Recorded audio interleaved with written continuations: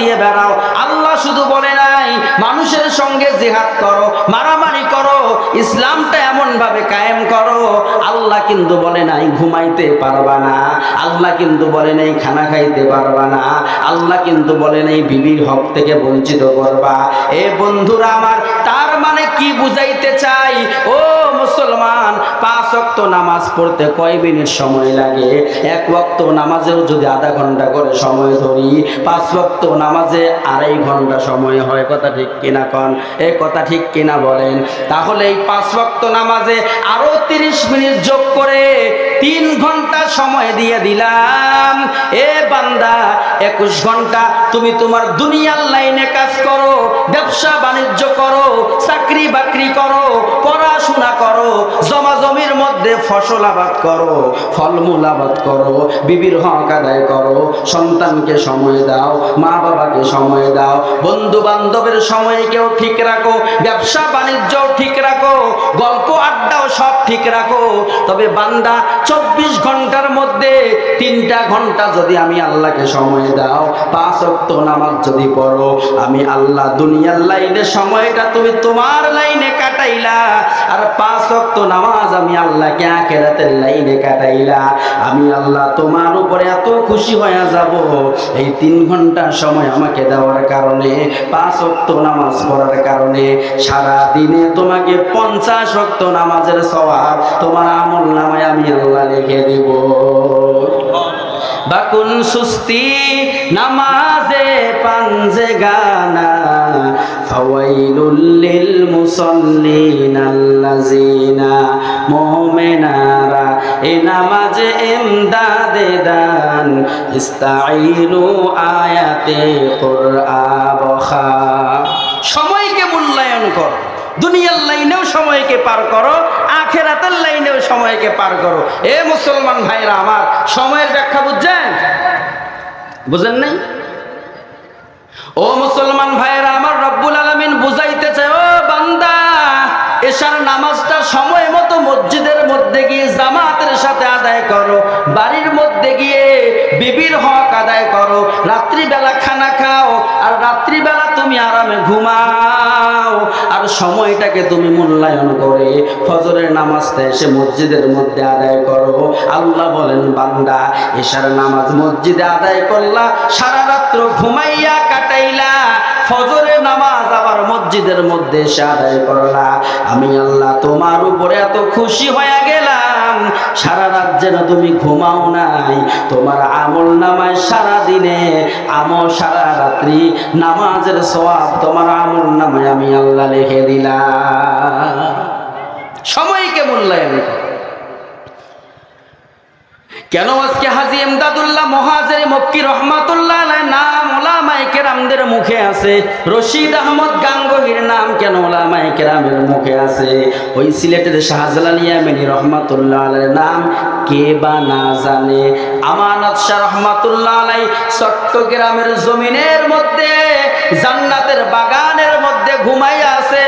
ওই আমানত শাহকে বলে ডিসি অফিসের ডিসি সাহেবের পিয়ন ছিল, বাতাস করার চাকরি দিছে, চাকরি করত, পিয়নের চাকরি, ডিসি সাহেবকে বাতাস করত। কিন্তু বন্ধুরা আমার, চাকরির সময় চাকরি করছে, কিন্তু সময় মতো নামাজ পড়ছে, সময় মতো তারা আমল করছে। ওই ডিসি সাহেব এত বড় অফিসার হওয়ার পরে কোথায় গেল সেই ডিসির নাম? কোথায় গেল ডিসির বাবার নাম? কোথায় গেল ডিসির মা? কোথায় গেল ডিসির 14 গোষ্ঠীর খবর নাই। কিন্তু শাহ আমানত রহমাতুল্লাহ আলাইহি পিয়নের চাকরি করছে, সময়টাকে দুনিয়ার লাইনেও কাটাইছে, আখিরাতের লাইনেও কাটাইছে। আমার আল্লাহ তাআলা তার উপরে এত খুশি হয়ে গেছে, বেঈমানেরা পর্যন্ত শাহ আমানতের নাম নিতে বড় সম্মান করে, বড় শ্রদ্ধা করে। কথা ঠিক কিনা? যারা সময়কে মূল্যায়ন করছে দুনিয়ার লাইনে এবং আখিরাতের লাইনে, তারা কি তাদের বিবির হক আদায় করে নাই? কথা বলেন না, করে নাই? সন্তানের হক আদায় করে নাই? মা বাবার হক আদায় বুঝি করে নাই, তারা দুনিয়ার লাইনে ব্যয় করেছে বটে, সন্তানদেরকে হক থেকে মাহরুম করে নাই, বিবিটাকেও হক থেকে মাহরুম করে নাই, তারা তাদের মতো দুনিয়ার লাইনে চলছে। এই জন্য আমার আল্লাহ প্রত্যেকটা হকের ক্ষেত্রে তাদেরকে আল্লাহ তাআলা আগায়া দিছে, বলেন সুবহানাল্লাহ। এজন্য সময়কে মূল্যায়ন করো, সময়কে দাম দাও। আল্লাহ বলেন ওয়াল আসর, সময়ের কসম করলেন না। মুসলমান ভাইয়েরা আমার, আসরের একটা অর্থ বললাম সময়, আর একটা অর্থ বলি আসর দিয়ে আল্লাহ তাআলা আসরের নামাজের কসম করলেন। বলে আসর মানে কি? বলে আসরের নামাজ। বলে আসরের নামাজের এত দাম, তার মানে কি ফজরের নামাজের দাম নাই? দাম নাই? জোহরের নামাজের বুঝি দাম নাই? মাগরিবের নামাজের বুঝি দাম নাই? এশার নামাজেরও বড় দাম। কিন্তু আমার আল্লাহ তাআলা আসরের নামাজের কসম কেন বললো? আল্লাহ বলেন হাফিজু আলাস সালাওয়াতি ওয়াস সালাতিল উস্তা। আল্লাহ বলেন বান্দা, সব নামাজের মূল্যায়ন করো, সব নামাজকে তোমরা গুরুত্ব দাও, তবে মধ্যবর্তী নামাজকে তোমরা বেশি মূল্যায়ন করো। সুবহানাল্লাহ। বলে মধ্যবর্তী নামাজ কোনটা? বলে আসরের নামাজকে মধ্যবর্তী নামাজ বলা হয়। বলে কেন? বলে আসরের নামাজের আগে 2 ওয়াক্ত নামাজ আছে, ফজরের নামাজ, যোহরের নামাজ। আসরের নামাজের পরে আরো 2 ওয়াক্ত নামাজ আছে, মাগরিবের নামাজ আর এশার নামাজ। ফজর আর যোহর, মাগরিব আর এশা, মধ্যখানের নামাজটার নাম কি? দিনের অংশ শেষ হয় আসর থেকে, রাতের অংশ শুরু হয় আসর থেকে। তার মানে দিন এবং রাতের মধ্যবর্তী সময়টা হলো আসরের সময়। আল্লাহ তাআলা বুঝাইতে চায়, বান্দা, দিনের ডিউটিকারী ফেরেশতারা আসরের সময় বিদায় নিয়ে চলে যায়, আর রাতের ডিউটিকারী ফেরেশতারা আসরের সময় ডিউটি শুরু করে। দিনের ডিউটিকারী ফেরেশতারা আসরের পরে রিপোর্ট লেখে, রাতের অংশের ফেরেশতারা প্রশ্ন করে, তোমরা কি রিপোর্ট লিখলা? বলে যারা আসরের নামাজ মসজিদের মধ্যে আদায় করলো, দিনের ডিউটি ফেরেশতারা রিপোর্ট লিখে দিল তারা ভালো মানুষ। রাতের ডিউটির ফেরেশতারা বলে, তোমরা যেহেতু আসরের নামাজ আদায়কারী ফেরেশতাদেরকে ভালো মানুষ বলে তোমরা স্বীকৃতি দিলা, আমরা রাতের ডিউটিকারী ফেরেশতারাও আমরা বলে দিলাম এরা ভালো মানুষ, এরা ভালো মানুষ। বলেন সুবহানাল্লাহ। এ মুসলমান ভাইরা আমার, আসরের নামাজের বড় দাম। আম্মা জান আয়েশা সিদ্দিকা রাদিয়াল্লাহু তাআলা আনহা থেকে হাদিস বর্ণনা করা হয়, আসরের নামাজ যারা মূল্যায়ন করবে, আর আসরের নামাজের আগে 4 রাকাত নামাজ, যেটাকে বলে সুন্নতে গায়রে মুআক্কাদা, পড়লে সওয়াব, না পড়লে কোনো গুনাহ নাই। আম্মা জান আয়েশা সিদ্দিকা থেকে হাদিস বর্ণনা করা হয়, এই 4 রাকাত নামাজ যারা মসজিদের মধ্যে হোক আর বাড়িতে হোক, এই 4 রাকাত নামাজ পড়লে সওয়াব, না পড়লে কোনো গুনাহ নাই। কোনো বান্দা বান্দি যদি আসরের আগের সুন্নত 4 রাকাত আদায় করতে পারে, আমার আল্লাহ তাআলা তাকে বিনা হিসাবে জান্নাত দিয়া দিবে, জাহান্নাম তার জন্য হারাম করে দিবে। বলে আসরের নামাজের এত দাম, এত দাম, এত দাম। ও বন্ধু, ওই দিল্লি শহরের মধ্যে কুতুব মিনার দাঁড়ায় আছে, হিন্দুদের একটা জায়গা, হিন্দুদের একটা স্থান, যেখানে হিন্দুদের রাজধানী, সেইখানে এত বড় একজন আল্লাহওয়ালার কুতুব মিনার দাঁড়ায় আছে, অনেক খ্যাতি নিয়ে, অনেক সুনাম নিয়ে। কে এই কুতুবউদ্দিন বখতিয়ার কাকি রহমাতুল্লাহ আলাইহি? তার নাম হলো কুতুবউদ্দিন বখতিয়ার কাকি রহমাতুল্লাহ আলাইহি। তিনি অসুস্থ অবস্থায় তার খাদেমকে ডাক দিয়ে বলছে, ও খাদেম, এই জমিনের মধ্যে আমি হয়তো আর বেশি দিন থাকবো না, আমি হয়তো জমিন থেকে বিদায় হয়ে যাব। তবে আমার খাদেম, আমি জমিন থেকে বিদায় হয়ে যাওয়ার পরে আমার 2টা কথা তোমাদেরকে মানতে হবে। 1 নম্বর শর্ত হলো, আমি মারা যাওয়ার পরে আমার লাশটা গোসল করে দাফন করাইতে বেশি সময় অপেক্ষা করবা না, কারণ মানুষ মারা যাওয়ার পরে যদি ওই লাশটাকে বেশিক্ষণ দুনিয়াতে রাখা হয়, ওই লাশটার কিন্তু কষ্ট হয়। এই জন্য এখান থেকে একটা শিক্ষা নেওয়া লাগবে। মানুষ মারা গেছে, বাবাই মারা গেছে, ছেলে আছে ঢাকার মধ্যে মধ্যে ছেলে মেয়ে যতক্ষণ আসবে না ততক্ষণ বাবার লাশ দাফন হবে না। আপনাদের এলাকায় এরকম সিস্টেম আছে না নাই? এ কথা বলেন না কেন? আছে না নাই? তার মানে আপনি কি বুঝাইতে চান? ছেলে এসে বাবাকে জড়ায়া ধরে আব্বু বলে ডাক দিবে, মরা বাবা জীবিত হয়ে ছেলেকে জড়ায়া ধরবে? হ্যাঁ, ওই ছেলে এসে হাউমাউ করে কান্না করবে, বাবার কিন্তু কোনো উপকার নাই, ক্ষতি আছে। আছে না নাই? আল্লাহ বলেন, বান্দা মারা যাওয়ার পরে তাড়াতাড়ি দাফনের কাজ সম্পাদন করো।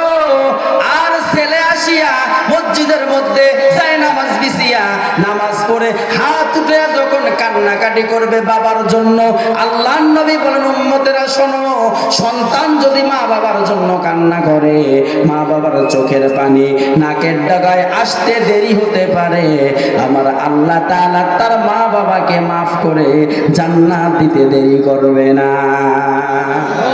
কুতুবুদ্দিন বখতিয়ার খাকি রহমাতুল্লাহ আলাইহি ডাক দিয়ে বলে, ও আমার খাদেম, আমার জানাজাটা বেশি দেরি করবা না, তাড়াতাড়ি আমাকে দাফনের ব্যবস্থা করবা। তবে আমাকে যখন মসজিদের সামনে জানাজা পড়ার জন্য আমার খাটলি যখন দাঁড় করাইবা, হাজার হাজার উলামায়ে কেরাম আসবে আমার জানাজা পড়ার জন্য। এই হাজার হাজার মানুষের মধ্যে সবাইকে দিয়ে যাকে তাকে দিয়ে আমার জানাজাটা পড়াইবা না। যার ভিতর তিনটা গুণ থাকবে, এই তিন গুণওয়ালা ব্যক্তি এসে আমার জানাজাটা পড়াইবে। এই তিনটা গুণের এক নাম্বার গুণ হলো, জীবনে যার সাবালক হওয়ার পর থেকে আমার মৃত্যু পর্যন্ত যার জীবনে নামাজের তাকবীরুল্লাহ ছোটে নাই, তাকে দিয়ে আমার জানাজাটা পড়াইবা। কোন সুবহানাল্লাহ। এ বন্ধুরা আমার, তাকবীরুল্লাহ মানে কি? মানে ইমাম সাহেব আল্লাহু আকবার বলছে, সূরা ফাতিহা বলার আগে আপনি নিয়ত ভাবছেন, একদিন দুই দিন ধাক্কায়া ঘুষ দিয়ে তাকে সম্ভব হতে পারে জীবনে কোনোদিন যার তাকবীরুল্লাহ ছোটে নাই, এমন মানুষ কি জমিনে পাওয়া যাবে? পাওয়া যাবে? দুই নম্বর শর্ত এমন হতে পারে, ও আমার খাদেম, সাবালক হওয়ার পর থেকে আমার মৃত্যু পর্যন্ত যার এই চর্ম চোখ দিয়ে জীবনে বেগানা মহিলার দিকে তাকায় নাই, তাকে দিয়ে আমার জানাজাটা পড়াইবা। আর তিন নাম্বার শর্ত হলো, আসরের নামাজের আগে 4 রাকাত সুন্নত নামাজ যার জীবনে ছোটে নাই, তাকে দিয়ে আমার জানাজাটা পড়াইবা। একই ব্যক্তির ভিতরে তিনটা গুণ থাকতে হবে। এক নাম্বার গুণ হলো, জীবনে কোনোদিন তাকবীরুল্লাহ ছোটে নাই। দুই নাম্বার গুণ থাকবে, জীবনে চোখের জেনা করে নাই। তিন নাম্বার গুণ থাকবে, আসরের আগের 4 রাকাত নামাজ জীবনে যার কোনোদিন ছোটে নাই। এই রকম যদি কোনো ব্যক্তি পাওয়া যায়, আমার জানাজার কাজটা সম্পাদন করবা। আর যদি এই রকম কোনো ব্যক্তি জমিনের মধ্যে না পাওয়া যায়, আমার জানাজা লাগবে না, বিনা জানাজায় আমাকে দাফন করে দিবা। বলেন সুবহানাল্লাহ। কিছুদিন পরে কুতুবুদ্দিন বখতিয়ার খাকি রহমাতুল্লাহ আলাইহি ইন্তেকাল হয়ে গেল।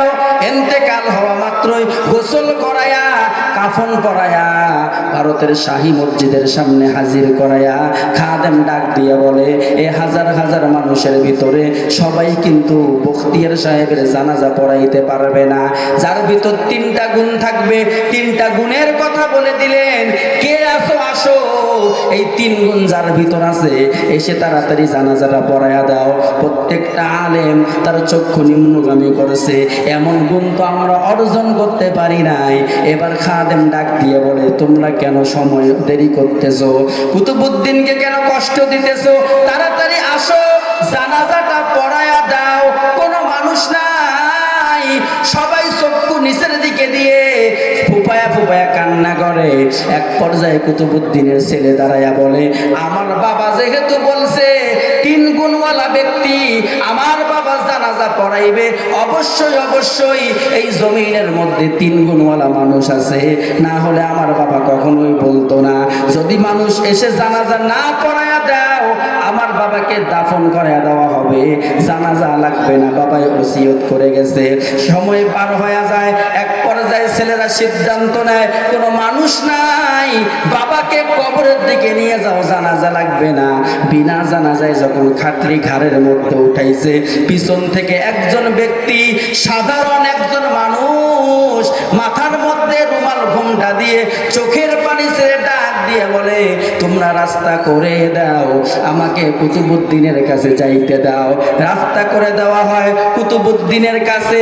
ওই ব্যক্তিটা চলে আসে, কুতুবউদ্দিনের মুখের ঘোমটাটা সরায়া চোখের পানি ছেড়ে দিয়ে কপালের মধ্যে একটা চুমা দিয়ে বুকের মধ্যে একটা থাবা দিয়ে বলে, এরে কুতুবউদ্দিন বখতিয়ার কাকি, সারা জীবন গোপনে গোপনে আমল করে মাওলার জান্নাতের দিকে রওনা হয়ে গেলা, আর আমার আমলের কথাগুলো কেন মানুষের কাছে ফাঁস করে দিলা?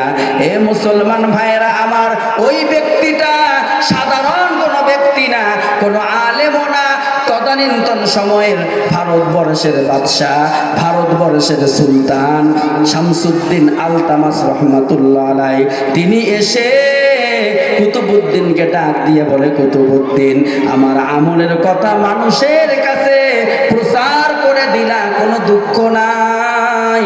ও কুতুবউদ্দিন, একটা আবেদন, যখন আমি মারা যাব, ময়দানে মাহশারে আল্লাহর আদালতে যখন দাঁড়াইব, আর তুমি যখন জান্নাতের দিকে রওনা হইবা, আমার আবেদন হইল রে কুতুবউদ্দিন, আমাকে না নিয়ে জান্নাতে যাইবা না। মুসলমান ভাইরা আমার, আসরের নামাজের এত দাম, এত দাম, এত দাম। আল্লাহ বলেন, বান্দা আসরের নামাজটাকে মূল্যায়ন করো, আর আসরের নামাজের আগের 4 রাকাত সুন্নতকে মূল্যায়ন করো, জান্নাত যাওয়াটা সহজ হয়ে যাবে, আমার ওলির খাতায় তোমার নামটা লেখা হয়ে যাবে। এই জন্য মধ্যবর্তী সময়ের কসম করলেন।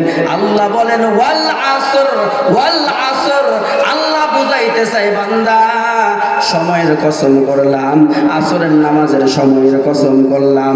এরপরে আল্লাহ তাআলা 3 নাম্বার অর্থ প্রকাশ করেন। আসর মানে হলো সময়, মানুষের জীবনের সময়। এই বন্ধুরা আমার, মানুষের এই জীবনটার দাম আছে না নাই? বলেন, জীবনের দাম নাই? মানুষের এই জীবনটার দাম আছে, বলে 1 সেকেন্ডেরও দাম আছে। কেন দাম, কেমন দাম? আল্লাহ বলেন, বান্দা, কোন বাচ্চা যদি মায়ের পেটে মারা যায়, আর ওই বাচ্চাটা যদি দুনিয়াতে আসে, ওই বাচ্চার কি জানাজা হয়? বলেন তো হয়? হয় না কেন? কারণ সে এই দুনিয়ার এই মূল্যবান যে সময়টা 1 সেকেন্ডও পায়নি, এজন্য তার কি হয় না? জানাজা হয় না। তবে বন্ধুরা আমার, কোন বাচ্চা যদি দুনিয়ার জমিনের মাত্র 10টা সেকেন্ড যদি হায়াত পায়, যদি একবারও যদি টোয়া করে কান্না করে, ইসলামের শরীয়তের বিধান অনুযায়ী ওই বাচ্চাটাকে আদর করে গোসল করাও, আদর করে তোমরা সাদা কাফনের মধ্যে পেঁচায় নাও, আদর করে তোমরা দাফনের কাজটা সম্পাদন করো। কোনো বাচ্চা যদি মায়ের পেটে মারা গিয়ে দুনিয়ার সময় পায় নাই, দুনিয়ার জমিনের মধ্যে ভূমিষ্ঠ হয়ে গেছে, ওই সন্তানটা নর্দমার মধ্যে পড়ে যায়। আর কেউ যদি দুনিয়ার 1 সেকেন্ড সময়ও পায়, আল্লাহ বলেন, বান্দা, দুনিয়ার 1 সেকেন্ড সময় পাওয়ার কারণে আমি আল্লাহ তাআলা এই বাচ্চাটাকে জান্নাত দিয়ে দেব। বলেন সুবহানাল্লাহ। বাচ্চাটাকে আমি আল্লাহ জান্নাত দিয়ে দেব। জান্নাতের মধ্যে বাচ্চাটা বড় হবে, যুবক হবে, জান্নাতের হুর দিয়ে তার বিবাহের ব্যবস্থা আমি আল্লাহ করে দিব। সুবহানাল্লাহ। হে মুসলমান, আল্লাহ বলেন, বান্দা 1 সেকেন্ড সময় পাইয়া জান্নাতি মেহমান হয়ে গেল। ব্যাপারটা শুধু এমন না, এই সন্তানটার মা বাবা যখন মারা যাবে, এই সন্তানটার কারণে তার মা বাবাকেও আমি আল্লাহ জান্নাত দিয়ে দিব। সুবহানাল্লাহ। এই জন্য মুসলমান ভাইরা আমার, আর একটা শিক্ষা আপনাদেরকে এখান থেকে নিতে হবে। সন্তান যখন মারা যায়, মা বাবাকে ধৈর্যের পরিচয় দেওয়া লাগে, মা বাবাকে বিলাপ করতে হয় না, হাউ মাউ করে কান্নাকাটি করতে হয় না, কারণ জান্নাত যাওয়ার জন্য এই সন্তানটা একটা রাস্তা খুলে দেয়। কথা ঠিক কিনা? আবার এমনও তো সন্তান আছে 5 বছর পর্যন্ত বাবা আদর করে লালন পালন করছে, সন্তানের গায়ে একটা মশার কামড় মা দরদি সহ্য করে না, এই 5-6 বছরের বাচ্চাটা পানিতে পড়ে মারা যায়। যায় কি যায় না? আগুনের মধ্যে পড়ে মারা যায়। যায় কি যায় না? সেদিন ছাদ থেকে পড়ে একটা বাচ্চা মারা গেছে। 7 বছর মা বাবা লালন পালন করেছে, অসুস্থ হয়েছে, ডায়রিয়া হয়েছে, হাসপাতালের বেডের মধ্যে নিয়ে গেছে।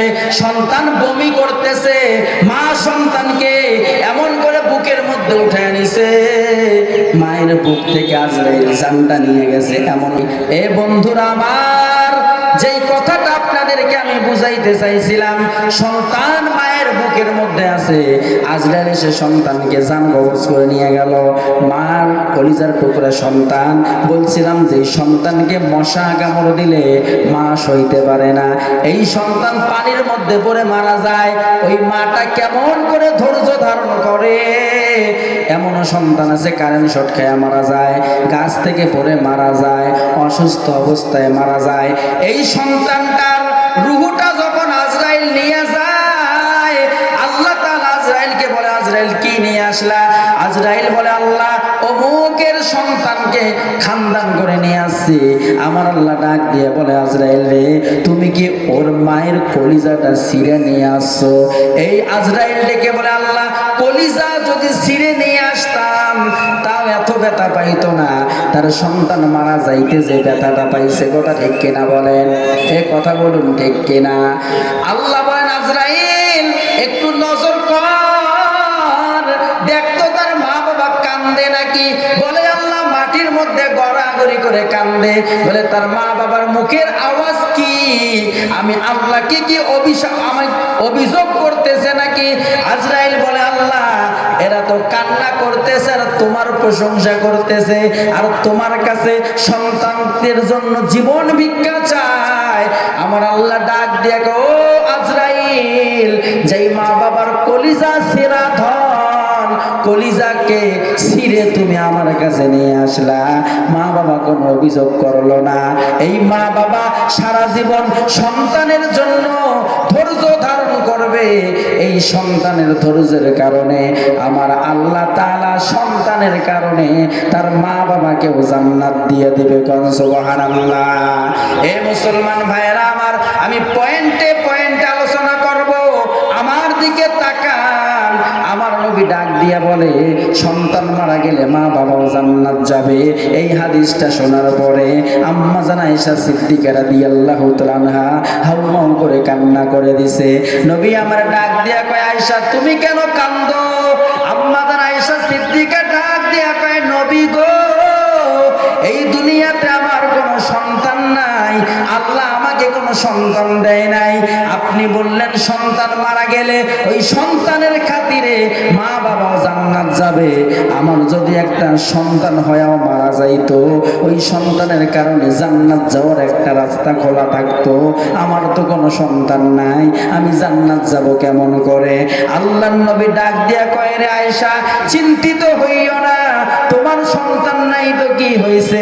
রে আয়েশা, আমি নবী এই দুনিয়া হতে বিদায় হয়ে যাওয়ার পরে তুমি আয়েশা একজন মহিলা, তুমি যদি দ্বিতীয় বিবাহ বন্ধনে আবদ্ধ না হও, আমি স্বামীর জন্য দোয়া করতে থাকো, আর বিয়ে না বসে যদি ধৈর্য ধারণ করতে পারো, আমার আল্লাহ তাআলা এই সময়টাকে ধৈর্যের পরিচয় দেওয়ার কারণে আমার আল্লাহ তাআলা তোমাকে জান্নাত দিয়ে দেবে। বলেন সুবহানাল্লাহ। এই আমার ঠাকুর গায়ের মুসলমান, আর একটা শিক্ষা এখান থেকে নেন, স্বামী যদি মারা যায় আর বিবি যদি দ্বিতীয় বিবাহ বন্ধনে আবদ্ধ না হয়ে ওই প্রথম স্বামীর জন্য যদি নিজের জীবনটাকে আল্লাহর রাস্তায় ইবাদতের খাতায় নামটা লেখাইয়া নিজের জীবনটা অতিবাহিত করে আর স্বামীর জন্য ধৈর্য ধারণ করে, আমার আল্লাহ তাআলা ওই মহিলাগুলোকেও জান্নাত দিয়ে দিবে। সুবহানাল্লাহ।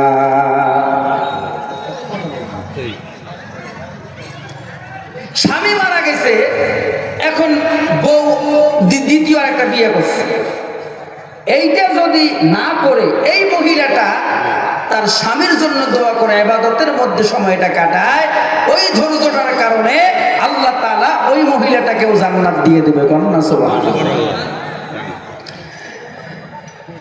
আর মুসলমান ভাইরা আমার, সন্তান মারা গেলে বিলাপ করতে হয় না। এ বন্ধু, নবীর একজন জলিলুল কদর একজন সাহাবী ছিল, খুব মনোযোগ দিয়ে শোনেন। ওই সাহাবীর নাম হলো হযরত জাবের রাদিয়াল্লাহু তাআলা আনহু। বাড়ির মধ্যে সন্তান 9 বৎসরের অসুস্থ, বাড়ির মধ্যে কোনো খাবার নাই, খোরমাও নাই, খেজুরও নাই, সন্তানের ওষুধও নাই। এবার সন্তানের মা মানে জাবের রাদিয়াল্লাহু তাআলা আনহুর বিবি একটা ব্যাগ স্বামীর হাতের মধ্যে দিছে, ডাক দিয়া কয়, ও স্বামী আমার, বাড়ির মধ্যে চুলার মধ্যে 3 দিন পর্যন্ত আগুন জ্বলে না, তোমার অসুস্থ সন্তানটার ওষুধও নাই, খানাও নাই, এই সন্তানটা কি খায়া বাঁচে? ও স্বামী আমার, এই যে ব্যাগটা আপনার হাতে দিলাম, আপনি বাজারে চলে যান, বাজার করে নিয়ে আসেন, আমি রান্না বাড়ি করে আমার সন্তানটাকে খাওয়াইতে চাই। এবার জাবের রাদিয়াল্লাহু তাআলা চোখের পানি ছেড়ে দিছে, মনে মনে আল্লাহকে ডেকে বলেন, আল্লাহ, আমার সন্তানটা অসুস্থ, বাড়ির মধ্যে আবার খাবার নাই, এদিক দিয়ে বিবি আমার হাতের মধ্যে ব্যাগটা ধরাইয়া দিছে, আমি বাজার কেমন করে যাই? আমার তো পকেটের মধ্যে টাকা নাই, খালি পকেটে যদি বাজার যান, আপনি কি সদয় নিয়ে আসতে পারবেন? আসতে পারবেন? এই চিন্তা করে জাবের রাদিয়াল্লাহু তাআলা গুটি গুটি পা করে বাজারের দিকে রওনা হয়। রাস্তার মাঝখানে 4-5 জন সাহাবী এসে জাবেরের সামনে দাঁড়ায় গেছে আর ডাক দিয়ে কয়, জাবের তুমি কোথায় যাও? বলে, আমি বাজারের উদ্দেশ্যে যাচ্ছি। এবার 4-5 জন সাহাবী ডাক দিয়ে কয়, এ জাবের, বাজারে যাইও না, আমার নবী তোমাকে ডাক দিছে 40 দিনের জন্য দাওয়াতের কাজ করার জন্য, সুদূর সিরিয়ার উদ্দেশ্যে রওনা হওয়া লাগবে, এখন তোমার মতামত কি? হযরতে জাবের একবারও চিন্তা করে নাই, আমার বিবিটা আমার হাতে ব্যাগ ধরাইয়া দিছে, বাজার নিয়ে বাড়িতে যাওয়া লাগবে, একবারও চিন্তা করে নাই আমার সন্তানটা অসুস্থ বিছানার মধ্যে পড়ে আছে, আমি নবীর ডাকে কেমন করে যাই, একবারও চিন্তা করে নাই। হযরতে জাবের ডাক দিয়ে, গো সাহাবায়ে কেরাম, আমার নবী যখন আমাকে ডাক দিছে, আর দেরি কেন, চলো আমরা 40 দিনের সফরে যাই। 40 দিনের জন্য সফরে গেছে। এদিক দিয়ে জাবের রাদিয়াল্লাহু তাআলা আনহুর বিবি বাড়ির মধ্যে দেখে যে সন্ধ্যা হয়ে যায়, স্বামী গেল বাজারে, বাজার করে আনবে, স্বামী তো এখনো আসতেছে না, চিন্তার মধ্যে পড়ে গেল। রাত্র গভীর হয়, বিবির চোখের মধ্যে ঘুম ধরে না। পরের দিন পার হয়ে গেল, বিবি কারো মাধ্যমে জানতে পারলো তার স্বামী 40 দিনের জন্য দাওয়াতে গেছে। এখন হযরতে জাবেরের বিবি নিজের সংসারটা নিজেই পরিচালনা করে আর বারবার রাস্তার দিকে তাকায়া থাকে, এই রাস্তা দিয়ে আমার স্বামী গেছে, হয়তো এই রাস্তা দিয়েই ফিরে আসবে। একদিন, 2 দিন, 1 মাস পার হয়ে যায়। 40 দিন যেদিন পার হয়ে যাবে, হযরতে জাবের সফর থেকে বাড়ির দিকে ঢুকতেছেন আর মনে মনে চিন্তা করতেছেন, আমি 40 দিন পরে আমি বাড়ির দিকে ঢুকতেছি, আমার পকেটে টাকাও নাই, এই বাজারের ব্যাগটাও খালি, ব্যাগের মধ্যেও আমার কিছুই নাই, আমার অসুস্থ সন্তানটার জন্য আমি কি নিয়ে যাব? আমার বিবি যদি আমাকে বাজার চায়, আমার যদি ব্যাগের দিকে তাকায়, আমি আমার বিবিকে কি জবাব দেব? এই চিন্তা করে জাবের বাড়ির দিকে ঢুকতেছেন আর জাবেরের বিবি দরজার মধ্যে দাঁড়ায় আছে, এই রাস্তা দিয়ে আমার স্বামী বাড়ির দিকে ফিরে আসবে। সময় যখন ঘনিয়ে গেল, হযরতে জাবেরের বিবি দরজা থেকে তাকায়া দেখে তার স্বামী বাড়ির দিকে আসতেছে। হযরতে জাবেরের বিবি খুশিতে আত্মহারা হয়ে যায়, স্বামী আসতেছে। এমন সময় জাবেরের 9 বৎসরের সন্তান পাশের রুম থেকে মাকে ডেকে বলে, আম্মা জান, 1 গ্লাস পানি আমাকে দেন, পানি পান করব, পিপাসা লাগছে। এই সন্তানকে পানি দেওয়ার জন্য জাবেরের বিবি রান্নাঘরের মধ্যে গিয়ে 1 গ্লাস পানি নিয়ে সন্তানটার কাছে যায়। কেউ বলে পানিটা পান করে, কেউ বলে কাছাকাছি যায়। এমন সময় জাবেরের 9 বৎসরের ভিতর থেকে প্রাণ পাখিটা উড়ে যায়, সন্তানটা মারা যায়। স্বামী এখনো বাড়িতে ঢোকেই নাই, তাতেই সন্তান কি হয়ে গেছে? মারা গেছে। জাবেরের বিবি চিন্তায় পড়ে গেল। 40 দিন পর স্বামী বাড়িতে আসতেছে, এদিক দিয়ে এখনো ঢোকেই নাই, সন্তানটা মারা গেল। হায় হায়, আমি আমার স্বামীকে কি জবাব দেব? এই চিন্তা করে জাবেরের বিবি একটা পাতলা ওড়না দিয়ে সন্তানকে ঢেকে দেয়, আর ঘরের পাশের ঘরের দরজার মধ্যে দাঁড়ায় আছে। স্বামী যখন বাড়ির দিকে যখন ঢুকে, দরজার সামনে যখন দাঁড়াইছে, জাবেরের বিবি 2টা হাত বাড়াইয়া দিছে, স্বামীকে বুকের মধ্যে নিছে, বুকের মধ্যে দিয়ে একটা ঘুরান দিয়ে স্বামীকে তার নিজের রুমের মধ্যে ঢুকায়া বিছানাটা বিছায়া দিছে। স্বামী আমার, আপনি অনেক দূর থেকে আসছেন কষ্ট করে, আপনি বিছানার মধ্যে শুয়ে পড়েন, আমি আপনার জন্য নাস্তা রেডি করি। এখন স্বামীকে বিছানার মধ্যে শুয়াইয়া হযরতে জাবেরের বিবি রান্নাঘরের মধ্যে যায়, রুটি বানায়, গোশত ভুনা করে স্বামীকে দেওয়ার জন্য। কারণ 40 দিন পরে ক্ষুধার্ত স্বামী বাড়ির মধ্যে আছে। এদিক দিয়ে জাবের ক্লান্ত শরীর নিয়ে বিছানার মধ্যে আরাম করার জন্য শুয়ে যায়, কিন্তু জাবেরের ঘুম পেয়ে যায়, জাবের ঘুমায়া পড়ে। এদিক দিয়ে বিবির রুটি রান্না হয়ে যায়, এদিক দিয়ে বিবির গোশত রান্না হয়ে যায়। নিজের ঘরের মধ্যে এসে দেখে স্বামী ঘুমায়া গেছে। এখন জাবেরের বিবি তার স্বামীর ঘুমটা ভাঙাইবে। কেমন করে স্বামীর ঘুমটা ভাঙাইবে? আমার মা বোনদের জন্য একটা শিক্ষা আছে। ও বন্ধু, স্বামী স্ত্রীর মধ্যে শরীয়তের কোনো মাসালা নাই। জাবেরের বিবি তার স্বামীর ঘুমটা কেমন করে ভাঙায়, আর আপনার আমার বিবি ঘুমটা কেমন করে ভাঙায়? হযরতে জাবেরের বিবি তার মাথার লম্বা চুল ছেড়ে দেয়, স্বামীর পায়ের মধ্যে নাড়াচাড়া করে, আর ওই চুলের কারণে তার স্বামীর ঘুমটা ভেঙে যায়। বলেন সুবহানাল্লাহ। আরেকটা কিতাবের মধ্যে লেখছে, স্বামী স্ত্রীর মধ্যে তো শরীয়তের কোনো বিধান নাই।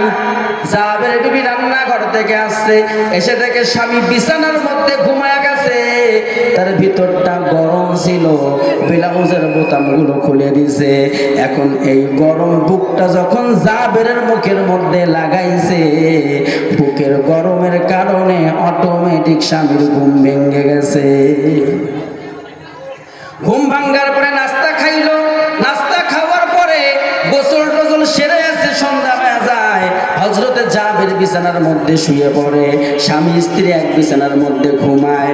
রাত্রিবেলা গল্প হয়, কিন্তু জাবেরের বিবি তার সন্তান মারা গেছে, এখনো স্বামীকে বলতে পারতেছে না, কারণ বলার তো একটা পরিবেশ লাগবে, এই পরিবেশটা এখন পর্যন্ত হয় নাই। এ মুসলমান ভাইয়েরা আমার, খুব মনোযোগ দিয়ে শুনবে।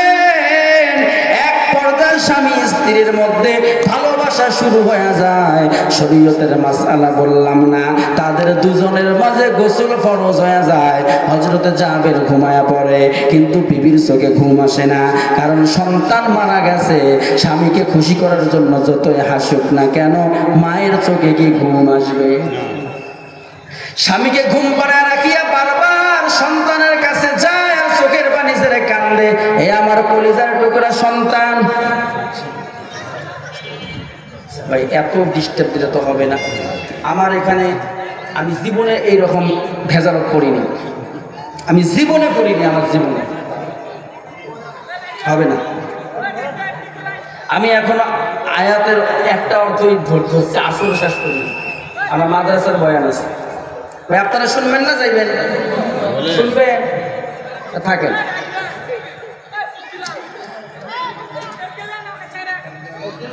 সন্তান মারা গেছে, মাছ জগৎ কি ঘুম ধরবে? ঘুম ধরবে। এ মুসলমান ভাইয়েরা আমার, মা বারবার ওই সন্তানের কাছে যায়, চোখের পানি ছেড়ে ছেড়ে কান্দে, কলিজার টুকরা সন্তান, তোর বাবার সাথে এত গল্প করলাম, এত আনন্দ সুন্দর কথা বললাম, তোর কথা দিয়ে বাবাকে বলতে পারলাম না। এমন করে করে রাত্র পার হয়ে যায়, মসজিদের মধ্যে ফজরের আজান হয়ে যায়। হযরতে জাবের গোসলের কাজটা সেরে পাঞ্জাবি টুপি গায়ে দিয়ে মসজিদের দিকে রওনা হয়ে যায়। এমন সময় জাবেরের বিবি দরজার মধ্যে দাঁড়ায় স্বামীকে ডাক দিয়ে কয়, স্বামী আমার, আপনি কোথায় যান? বলে, আমি নামাজ পড়ার জন্য যাই। হযরতে জাবেরের বিবি ডাক দিয়ে কয়, স্বামী আমার, আপনি নামাজ পড়তে যান, একটা মাসআলার জবাব দিয়ে যান। বলে, কি মাসআলা? বলে, স্বামী গো, কেউ যদি আমার কাছে কোনো জিনিস আমানত দেয়, কয়েকদিন পর যদি আমানতটা ফিরায় যায়, আপনি বলেন তো দেওয়া লাগবে কি লাগবে না? হযরতে জাবের বিবির কথার মর্ম বুঝতে পারে না, বিবিকে ডাক দিয়ে কয়, বিবি আমার, যার আমানত তার কাছে ফিরাইয়া দাও। এ বিবি, তুমি কি জানো না আমানতের খেয়ানত করা মুনাফিকি?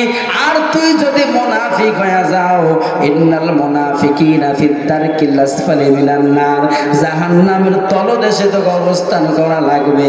দেরি করবি না, তাড়াতাড়ি আমানতটা তার দিয়ে দাও। এমন সময় জাবেরের বিবি আর দুই কদম সামনে আগায়, চোখের কোঠায় পানি চলে আসে। স্বামীকে ডেকে বলে, স্বামী আমার, এমন আমানত মালিক দিছে, মন চায় না ফেরত দিতে, এরপরেও কি দেওয়া লাগবে কি লাগবে না?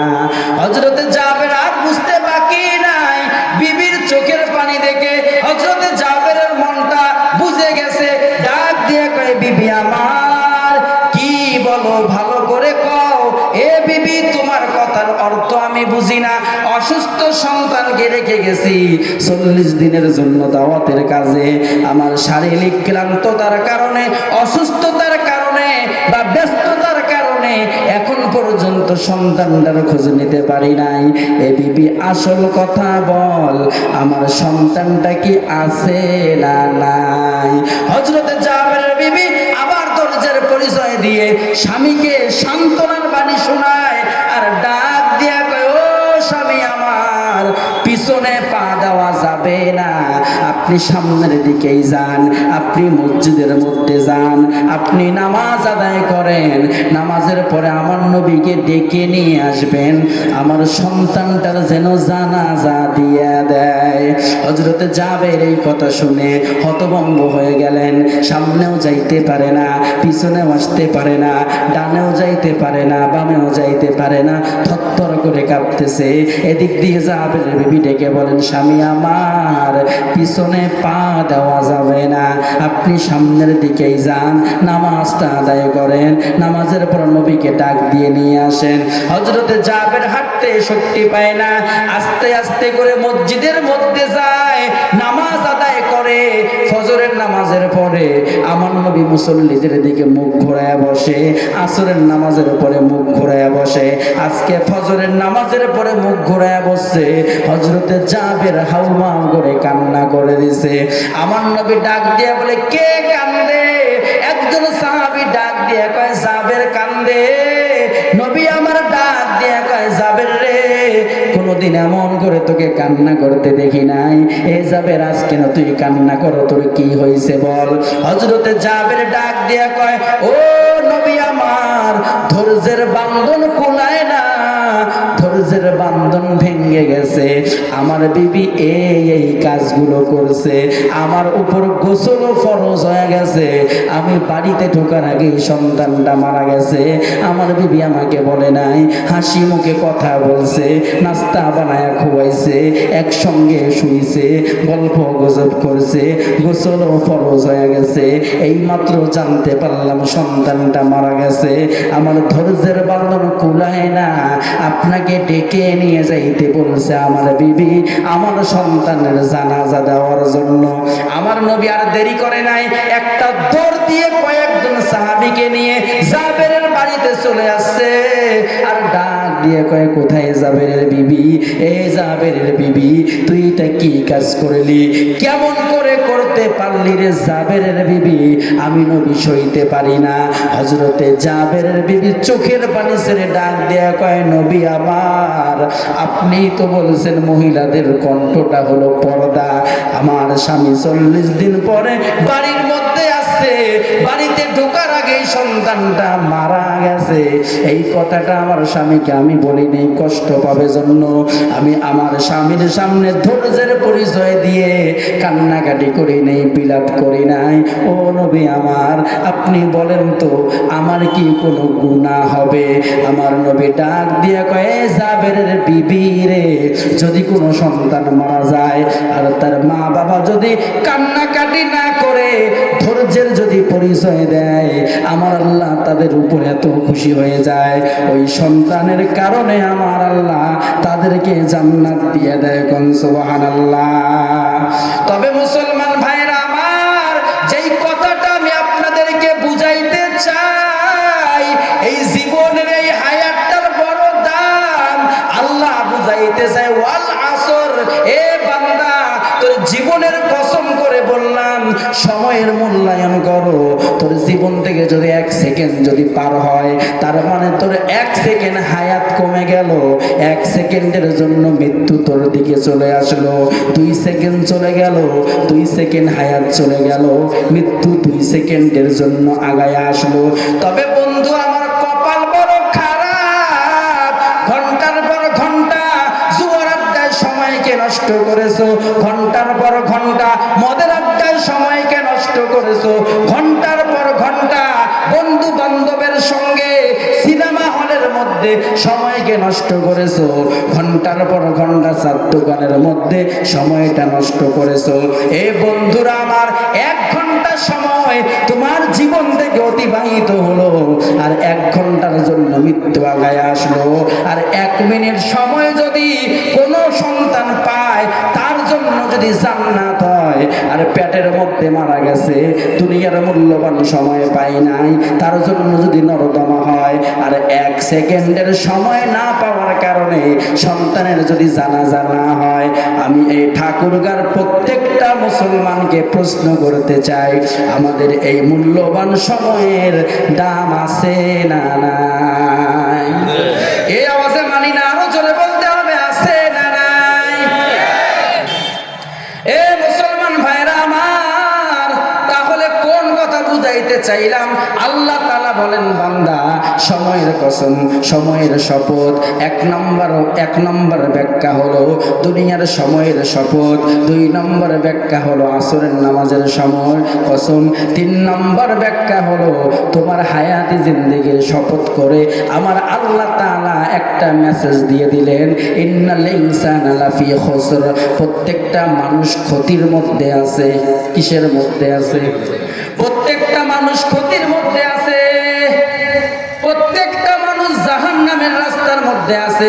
ইন্না দিয়ে আল্লাহ তাগিদ দিয়ে বললেন, ইন্না, নিশ্চয়ই নিশ্চয়ই, অবশ্যই অবশ্যই, আল ইনসান, সব মানুষগুলো ক্ষতির মধ্যে আছে, সব মানুষগুলো জাহান্নামে আছে। আল্লাহ যে বললেন, তাগিদ দিয়ে বললেন, কসম করে বললেন, প্রত্যেকটা মানুষ জাহান্নামের মধ্যে আছে, তার মানে কি আমি জান্নাতি? আপনি কি জান্নাতি? এই কথা বলেন না কেন? তবে বন্ধু, আল্লাহ তাআলা ইল্লা দিয়ে ব্রেক লাগাইয়া দিলেন।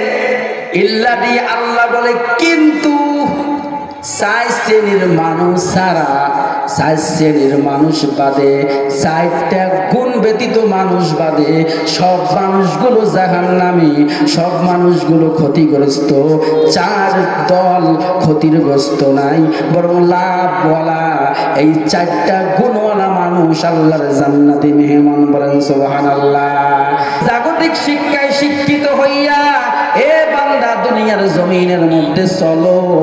বান্দা তোমার দাম আছে, তবে বান্দা তোমার দাম থাকবে ততক্ষণ, তোমার বডির মধ্যে বাতাসের আপ ডাউন থাকবে যতক্ষণ, এই দাম থাকবে ততক্ষণ, নাকের মধ্যে নিঃশ্বাসের আপ ডাউন থাকবে যতক্ষণ।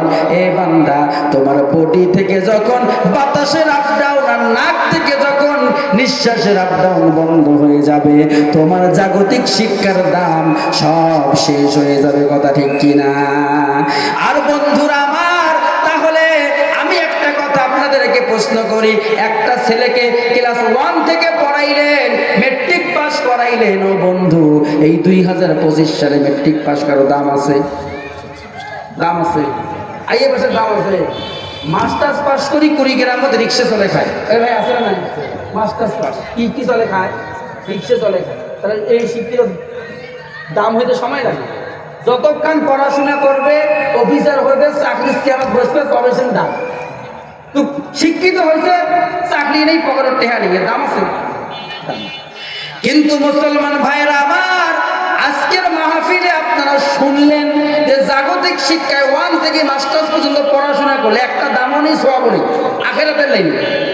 আর মাদ্রাসায় পড়লে কেমন দাম এটাও আপনি জানলেন। জানার পরে নিয়ত করলেন, আমার ছোট সন্তানটার বয়স হলো 3 বছর। কয় বছর? 3 বছর। আমার এই সন্তানটার 5 বছর যখন বয়স হয়ে যাবে, আমি আমার সন্তানটাকে এই মাদ্রাসার মধ্যে ভর্তি করায়া দিব। এটা শুধু নিয়ত করলেন। কি করলেন? নিয়ত করলেন। আল্লাহ বলেন, বান্দা এখনো সন্তান 5 বছর বয়স হয় নাই, এখনো সন্তানটা কথাও তো ভালো করে বলতে পারে না, মাদ্রাসায়ও যায় নাই, রেজিস্ট্রেশন খাতার মধ্যেও নামটা লেখা হয় নাই। এই সন্তানটার জন্য মা বাবা নিয়ত করছে 5 বছর হইলেই মাদ্রাসায় দিবে। আল্লাহর নবী বলেন, মানুষ যখন কোনো ভালো কাজ করে, ওই ভালো কাজটা করার নিয়ত যদি করে, কাজটা করুক আর না করুক, আমার আল্লাহ তার আমল নামার মধ্যে কাজটা সফল হওয়ার মতো সওয়াব লিখে দেয়। আপনি খালি নিয়ত করছেন যে আমার সন্তানটা এখন বড় হলে আমি মাদ্রাসার মধ্যে ভর্তি করায় দিব, এখনো মাদ্রাসায় কিন্তু ভর্তি করেন নাই, নিয়ত করছেন, তাতেই যদি সওয়াব হয়, তাহলে এই শিক্ষার দাম আছে না নাই? বলেন না কেন, আছে না নাই? এবার এই সন্তানটা আর একটু বড় হলো, 5 বছর বয়স হয়ে গেল। আপনি বাজারের মধ্যে চলে গেলেন, নতুন পাঞ্জাবি পায়জামা কিনে আনলেন, বিবিকে ডেকে বললেন, বিবি আমার সন্তানকে পাঞ্জাবি পায়জামা পরাইয়া দাও, আমার সন্তানকে মাদ্রাসার মধ্যে নিয়ে যাব, মাদ্রাসার মধ্যে পড়াবো। বিবি সুন্দর করে সন্তানকে গোসল করাইলো, নতুন পাঞ্জাবি পায়জামা পরাইয়া দিল। আপনি মাদ্রাসায় ভর্তি করার জন্য রওনা হয়ে গেলেন, এখনো মাদ্রাসায় যান নাই। মাদ্রাসায় রেজিস্ট্রেশন খাতার মধ্যে আপনার ছেলের নামটাও এখনো লেখান নাই। বাড়ির থেকে রওনা হয়েছেন, স্টেজে প্যান্ডেলে ওলামায়ে কেরামের অভাব নাই, একটু জিজ্ঞেস করে দেখবেন এখনো বাচ্চাটা আলিফ বা তাও পড়ে নাই। এই সন্তানটাকে মাদ্রাসার দিকে রওনা হয়ে গেছেন। আল্লাহর নবী বলেন, মান সালাকা তরিকান ইয়ালতামিসু ফীহি ইলমান সাখালাল্লাহু লাহু বিহি তরিকান ইলাল জান্নাহ আও কামা ক্বালা নবী আলাইহিস সালাতু ওয়াস সালাম। কোন মানুষ যদি ইলমে দ্বীন শিক্ষা করার জন্য বাড়ির থেকে যখন বের হয়, আমার আল্লাহ তাআলা ওই বান্দার জন্য তার জান্নাতের রাস্তাটা সহজ করে দেয়। এ মুসলমান ভাইরা আমার, এখনো তো মাদ্রাসায় গেলেন না, নামটাও ভর্তি করাইলেন না, আলিফ বা তাও পড়াইলেন না, শুধু রওনা হওয়ার কারণে জান্নাতের রাস্তা যদি সহজ হয়ে যায়, বুঝতে আর বাকি নাই এই মাদ্রাসা শিক্ষার দাম আছে না না? আছে না নাই? শুনবেন আর 10 মিনিট আমি একটা করে পয়েন্ট বলি, আপনি শুধু মনে রাখবেন আর খেয়াল করবেন। এখন বাড়ির থেকে বাইরে হয়েছেন, যাচ্ছেন মাদ্রাসার দিকে, জান্নাতের রাস্তা সহজ হয়ে গেছে। মাদ্রাসার মধ্যে গিয়ে মাদ্রাসার মুহতামিম মাইদুল ভাইকে বললেন, মাইদুল ভাই, আপনার ভাতিজা আমার ছেলে, আমি সেই আপনার ওই 2025 সালের মাহফিলে আমি নিয়ত করেছিলাম মাদ্রাসায় দিব, এই 27 সালে এসে মাদ্রাসায় দিলাম, আপনি নামটা ভর্তি করে নেন। মাইদুল ভাই রেজিস্ট্রেশন খাতার মধ্যে নামটা লিখে নিল। আপনার সন্তানের নাম কি? বলে আব্দুল্লাহ। আব্দুল্লাহ নামটা লিখে দিল। আল্লাহ বলেন, বান্দা মাদ্রাসার হাজিরে খাতার মধ্যে আব্দুল্লাহর নাম লেখা হওয়া মানে আমার তলবে ইলমদের খাতায় আব্দুল্লাহর নামটা লেখা হয়ে গেছে। বলে তলবে ইলম মানে কি? বলে তলবে ইলম মানে হলো জ্ঞান অন্বেষণকারী। এই তলবে ইলম যখন রাস্তা দিয়ে যখন হেঁটে যায়, এদের পায়ের নিচে আমার রহমতের নিষ্পাপ ফেরেশতারা পাখা বিছায়া দেয়। এটা হলো তলবে ইলমের 1 নম্বর সম্মান। এ বন্ধুরা আমার, আল্লাহ বলেন, বান্দা ও ঠাকুর গায়ের মুসলমান, কেন তাদের পায়ের নিচে ফেরেশতারা পাখা বিছাইবে না। এই সারা বিশ্বের মধ্যে সবচাইতে পাওয়ারফুল দেশ যদি আমেরিকা হয়, আর ওই আমেরিকা থেকে যদি পাওয়ারফুল নেতা যদি বাংলার জমিনে বেড়ানোর জন্য আসে, আপনারা নজর করে দেখবেন বাংলার জমিনের প্রাইম মিনিস্টার আর প্রেসিডেন্ট তাকে সংবর্ধনা দেওয়ার জন্য এয়ারপোর্টের মধ্যে যায়, তাকে রিসিভ করার জন্য। বলে ফুলের মালার অভাব নাই, জমিনের মধ্যে পা ফেলা যাবে না, জমিনের নিচে লাল গালিচা বিছায়া দেয়। বলে পাটা জমিনে ফেলাইতে দিব না, লাল গালিচার মধ্যে পাটা ফেলাইতে হবে। আল্লাহ বলেন বান্দা, পাওয়ারফুল দেশের পাওয়ারফুল নেতার জন্য বাংলাদেশের প্রেসিডেন্ট প্রাইম মিনিস্টার ওই নেতার পায়ের নিচে যদি লাল গালিচা বিছাইতে পারে, যারা মাদ্রাসায় পড়বে আলেম হবে, এরা আমার সম্মানিত বান্দা। এরা যখন রাস্তা দিয়ে হেঁটে যায়, এদের পায়ের নিচে ফেরেশতাদের পাখা বিছায়া দেয়। বলে প্রাইম মিনিস্টার প্রেসিডেন্ট পাওয়ারফুল নেতার পায়ের নিচে লাল গালিচা অল্প একটু জায়গার মধ্যে দিবে, কিন্তু তলবে এলেম শহর দিয়ে যদি হেঁটে যায়, ওর পায়ের নিচে পাখা বিছায়া দেয়। গ্রাম দিয়ে হেঁটে গেলেও পাখা বিছায়া দেয়, আলবাড়ি দিয়ে গেলেও পাখা বিছায়া দেয়, ভুঁইবাড়ি দিয়ে গেলেও পাখা বিছায়া দেয়। মানে 24টা ঘন্টা এই বাংলা রাস্তা দিয়ে যেখানে হাঁটুক না কেন, ফেরেশতারা তাদের পায়ের নিচে নূরের পাখা বিছায়। আল্লাহু আকবার, আল্লাহু আকবার। এ মুসলমান ভাইয়েরা আমার, একদম শেষ পর্যায়ে এসে গেছি। এ বন্ধু, আমাদের মাযহাবের প্রথম ইমামে আযম আবু হানিফা রাহমাতুল্লাহ আলাইহি, ছোট্টবেলায় তার নাম ছিল নোমান ইবনে সাবিত। নোমান ইবনে সাবিত মাদ্রাসার 1 নম্বর ছাত্র ছিল। প্রতিদিন সময় মতো এই মাদ্রাসায় যাইতো, কিন্তু হঠাৎ করে নোমান ইবনে সাবিত মাদ্রাসায় দেরি করে যাওয়া শুরু করে দেয়। ওস্তাদের মাথা খারাপ হয়ে যায়, কারণ যারা শিক্ষকতা করে তারা জানে ক্লাসের 1 নম্বর ছাত্র ক্লাসের মধ্যে যদি উপস্থিত না থাকে, যারা শিক্ষকতা করে এদের কিন্তু পড়াইতে ভাল লাগে না। কথা ঠিক কিনা? এই নোমান ইবনে সাবিত কোথায়? বলে হুজুর আসেনি। হুজুরের মেজাজটা গরম, দেরি করে আসলো। হুজুর বলল, বাবা নোমান, তোমাকে আমি অনেক ভালোবাসি, আদর করি, কাল থেকে সময় মতো আসবা, দেরি করবা না। বলে হুজুর চেষ্টা করবো। পরের দিন আবার দেরি করে আসে, হুজুরের মেজাজটা আরো বেশি খারাপ হয়ে যায়। হুজুর আবার তাকে সতর্কবাণী শোনায়া দেয়, এ বাবা নোমান, আর একদিন যদি দেরি হয় ক্লাসের মধ্যে ঢুকতে দিব না। পরের দিনও নোমান ইবনে সাবিত দেরি করে আসে। ওস্তাদের মাথা খারাপ হয়ে যায়, কয় বাড়িতে যাও, তোমার মতো ছাত্রকে ক্লাসে ঢুকতে দিব না। নোমান ইবনে সাবিত চোখের পানি ছেড়ে দিয়ে হুজুরকে ডাক দিয়ে কয়, হুজুর একটা কথা বলি, যদি অনুমতি দেন তাহলে ক্লাসের মধ্যে ঢুকবো, আর যদি অনুমতি যদি না দেন আমি বাড়ির থেকে ফিরে যাব। হুজুর বলে, কি বলবি বল। নোমান ইবনে সাবিত ডাক দিয়ে কয়, হুজুর গো, আমি আল্লাহর নামের কসম করে বলি, জীবনে কোনোদিন ইচ্ছা করে মাদ্রাসা দেরি করে আসি না। সুবহানাল্লাহ। ওস্তাদ ডাক দিয়ে কয়, ইচ্ছা করে মাদ্রাসা দেরি না করে আসলে প্রতিদিন কেন তোর মাদ্রাসায় আসতে দেরি হয়? নোমান ইবনে সাবিত ফুপায়া ফুপায়া কান্দে, আর ডাক দিয়ে কয়, হুজুর গো, আমি প্রতিদিন যখন বাড়ি থেকে মাদ্রাসার দিকে পথযাত্রা শুরু করি, আমি যখন পা জমিনের মধ্যে ফালাই, আমি নজর করে দেখি সবুজ রঙের পাখি আমার পায়ের নিচে পাখা বিছায়া দেয়। ওই পাখিটা যদি উঠাই, আর একটা পাখি আমার পায়ের নিচে পাখা বিছায়া দেয়। হুজুর গো, এই রকম করে পাখির পাখা তুলে তুলে মাদ্রাসায় আসতে আমার দেরি হয়। এই কথাটা আমি কারো কাছে বলি নাই, গোপন করে রাখছি। হুজুর গো, আজকে যখন মাদ্রাসার বারান্দার মধ্যে পাটা দিছি, আমি নজর করে দেখি কে জানে আমার পায়ের নিচে সবুজ রঙের গালিচা বিছায়া দিছে। ওস্তাদ হতভম্ব হয়ে গেছে, চোখের পানি ছেড়ে দিছে, ডাক দিয়ে কয়, বাবা নোমান, কি বললি? সবুজ রঙের গালিচা, এটা কেমন করে হয়? এটা তো ফেরেশতার পাখা বাবা। আয় আয়, এতদিন তোমাদেরকে বুঝাইলাম, যারা মাদ্রাসায় পড়বে আলেম হবে, এদের পায়ের নিচে ফেরেশতারা নূরের পাখা বিছায়া দেয়। এই বাবা, তোরা বুঝলি না, আল্লাহ বুঝি তোকে বড় কুতুবুল আলম বানায়া দিবে, আল্লাহ বুঝি তোকে বড় ওলি বানায়া দিবে। এই জন্য আল্লাহ সচক্ষে দেখায়া দিছে, এটা কোনো সাধারণ কোনো পাখা না, এইটা হলো আল্লাহর রহমতের ফেরেশতার নূরের পাখা। ওস্তাদের দৃষ্টি নোমানের দিকে পড়ে যায়, ওস্তাদ পায়ের দিকে তাকায় দেখে নোমানের পা এইরকম ফুলে এইরকম হয়ে গেছে, ফুলে গেছে। এ তোর পা কেন ফুলে যায়?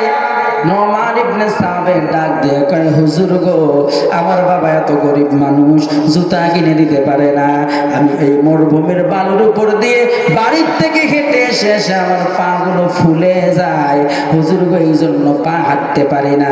হুজুর তো চোখের পানি আর ধরে রাখতে পারে নাই। হুজুর বলছে, বাবা নোমান, আজকে ক্লাস ছুটি হলে আমার ঘরের মধ্যে দেখা করবি। মাদ্রাসার ক্লাস ছুটি হয়ে যায়, নোমান ইবনে সাবেত হুজুরের দরজায় দাঁড়ায় আছে। হুজুর বলে, বাবা আয় আয় আমার ঘরের ভিতর আয়। নোমানকে ঘরের ভিতর নিয়ে যায়, আর হুজুর খাটের তল থেকে এক জোড়া কাপড়ের জুতা বাইর করে দেয়, আর বলে, নোমান, কাল থেকে এই জুতা দুইটা পরে মাদ্রাসায় আসবি, মরুভূমির বালু তোর পায়ে ধরবে না, পা ফুলে যাবে না, ভালো লাগবে আর কষ্ট হবে না, যা যা কাল থেকে এই জুতা পরে মাদ্রাসায় আসবি। নোমান ইবনে সাবেত জুতা দুইটা বাড়ির দিকে নিয়ে যায়। রাত্রিবেলা চিন্তা করে, আমার হুজুর এই জুতা দুইটা পা পড়ছে, এই জুতায় যদি আমার পা লেগে যায়, ওস্তাদের সম্মানের বড় কমতি হয়, ওস্তাদের সম্মানের কমতি করলে আমি কি আলেম হতে পারবো? এই রকম করে চিন্তা করতেছে আর সিদ্ধান্ত নিতে পারে না। ওস্তাদ তো পড়তে বলছে, যদি আমি না পড়ি তাহলে আমার ওস্তাদ তো কষ্ট পাবে, ওস্তাদকে কষ্ট দিলেও এলেম থেকে বঞ্চিত, অসম্মান করলেও এলেম থেকে বঞ্চিত, আমি এখন কি করতে পারি? এই চিন্তা করে নোমান ইবনে সাবেতের ঘুম ধরে না। রাত্র গভীর হয়ে যায়, তাহাজ্জুদের নামাজের মধ্যে দাঁড়ায়া যায়, হাউমাউ করে কান্না করে, আল্লাহ, আমার ওস্তাদ পড়তে বলছে, আমি যদি পায়ে দেই তাহলে বেয়াদবি হয়ে যায়, যদি না দেই অসম্মান হয়ে যায়, ও আল্লাহ, আমি কি করতে পারি? উপায় বলে দাও। এ বন্ধু, আল্লাহ হয়তো নোমানের দিলের মধ্যে ইলহাম দিয়ে দিছে। নোমান ফজরের নামাজ পড়ার পরে ওই জুতা দুইটা ধরে একটা দর্জির দোকানে গেছে, আর দর্জিকে ডাক দিয়া কয়, ও চাচা, আমার ওস্তাদ এই জুতা দুইটা দিছে আমাকে পড়ার জন্য, পায়ে পড়তে বলছে, আমি পায়ে পড়তে পারবো না, 2টা টাকা আপনাকে দিয়ে দিলাম, এই জুতা দুইটা আপনি কেটে সেলাই করে আমার মাথার টুপি বানায়া দেন। জুতা দুইটা টুপি বানায়া নোমান মাদ্রাসার মধ্যে যায়। ওস্তাদ দেখে আজকেও পা ফুলে গেছে। কিরে নোমান, আমার জুতা কি করলি? নোমান তো কথা বলে না, মুস্কি মুস্কি হাসে। ওস্তাদ চিন্তা করেছে, আমার পুরান জুতা দেখে নোমান ঘৃণা করে ফেলাইয়া দিছে। ওস্তাদ বলে, আর মাদ্রাসায় চাকরি করব না, ছাত্র হয়ে যদি ওস্তাদকে ঘৃণা করে, এই ছাত্রের শিক্ষকতা আর কোনোদিন করব না। এই জন্য ওস্তাদ ব্যাগ গোটায় বাড়ির দিকে রওনা। নোমান পায়ের মধ্যে পড়ে গেছে, হুজুর গো, আমার জন্য আপনি মাদ্রাসা ত্যাগ করিয়েন না, আমি মাদ্রাসা থেকে বের হয়ে যাচ্ছি, হাজার হাজার ছাত্রকে ইলম থেকে বঞ্চিত করিয়েন না। ওস্তাদের মেজাজটা গরম হয়ে যায়, কোমরের নিচ থেকে পকেট থেকে চামড়ার চাবুক বাইর করে নোমানের পিঠের মধ্যে মারে। মারতে মারতে শরীর ফেটে যায়, ফিনকি দিয়ে রক্ত বাইর হয়ে যায়, কিন্তু নোমান শুধু কান্দে। এক পর্যায়ে ওস্তাদ ডাক দিয়ে কয়, এ বাবা নোমান, এত মার মারলাম, তুই দেখ কিছুই বলিস না। নোমান ইবনে সাবেত কান্না করে বলে, হুজুর গো, আপনি শুধু আমার পায়ের দিকে তাকান, আপনি তো আমার মাথার দিকে তাকান না। আপনার জুতা বাড়িতে নিয়ে গিয়ে ঘুমাইতে পারি নাই, তাহাজ্জুদের নামাজ পড়ে আল্লাহর কাছে সিদ্ধান্ত নিয়ে যে এই জুতায় আপনি পা লাগাইছেন, এই জুতায় বেয়াদবির ভয়ে পায়ে না দিয়ে মাথার টুপি বানাইছি। হুজুর গো, আপনি আমাকে ভুল বুঝবেন না। হুজুর নোমানকে বুকের মধ্যে জড়াইয়া নিয়ে চোখের পানি ছেড়ে দিয়ে কান্দে, আর ডাক দিয়ে কয়, বাবা নোমান রে, আমি ওস্তাদের পায়ের জুতা তোর পায়ের মধ্যে লাগাইলি না, বেয়াদবির ভয়ে মাথার মধ্যে লাগাইয়া সম্মান করলি। আমি ওস্তাদ তোকে দোয়া করে দিলাম, এই জমিনের মধ্যে কিয়ামত পর্যন্ত যত আলেম ওলামা, মুফতি, মুহাদ্দিস আর মুফাসসির মক্কা মদিনা যদি হয় সমস্ত আলেম ওলামার মাথার তাজ আমার আল্লাহ তোকে বানায়া দিবে। তার মানে কি বুঝাইলাম? রাস্তা দিয়ে তলবে এলেম হেঁটে গেলে ফেরেশতারা নূরের পাখা বিছায় দেয়, ঠিক কিনা কন? কবরের পাশ দিয়ে হেঁটে গেলে কবরের আযাব আল্লাহ তাআলা মাফ করে দেন। এ বন্ধুরা আমার, এখন তো মাদ্রাসায় নাম লেখার কারণে এত যদি সম্মান হয়, এলাও তো আলিফ বাতায় পড়ে নাই, কি বল? দাম আছে না? নিয়ে শুনবে না? দোয়া করে দেবো, বলেন। এ মুসলমান ভাইরা আমার, এখন সন্তানের নাম হলো তলবে ইলমের খাতায়। এবার হুজুর সন্তানকে ডাক দিয়ে বলে, বাবা এদিকে আসো, তোমার নাম কি? বলে আব্দুল্লাহ। বয়স কত? 5 বছর। এর আগে কোনোদিন মাদ্রাসায় পড়ছো? না, পড়ি নাই। বলে বাবা রে, আজকে তো আমি তোকে কোরআনের সবক দিব। কোরআনের সবক দেওয়ার আগে বিসমিল্লাহ পড়া দরকার আছে না নাই? হুজুর বলে, বাবা পড়ো বিসমিল্লাহির রহমানির রহিম। ছাত্র পড়ে বিসমিল্লাহির রহমানির রহিম। আমার আল্লাহ তাআলা ফেরেশতাদেরকে ডাক দিয়ে কয়, ফেরেশতারে, এই নিষ্পাপ বাচ্চাটা কে যে আমাকে রহমান আর রহিম বলে স্বীকৃতি দিল? ফেরেশতারা বলল, আল্লাহ, আব্দুর রহমানের ছেলে আব্দুল্লাহ। আল্লাহ বলেন, ফেরেশতারা রে, এই বাচ্চাটা জীবনে গুনাহ করে নাই, গুনাহ কি জীবনে দেখেও নাই, বোঝেও না। এই নিষ্পাপ সন্তানটা আমাকে রহমান আর রহিম বলে স্বীকৃতি দিবে। আমি তার মা বাবাকে জাহান্নামে দিব, তার দাদা দাদিকে জাহান্নামে দিব, তার নানা নানিকে জাহান্নামে দিব। এটা হতে পারে না রে ফেরেশতারা।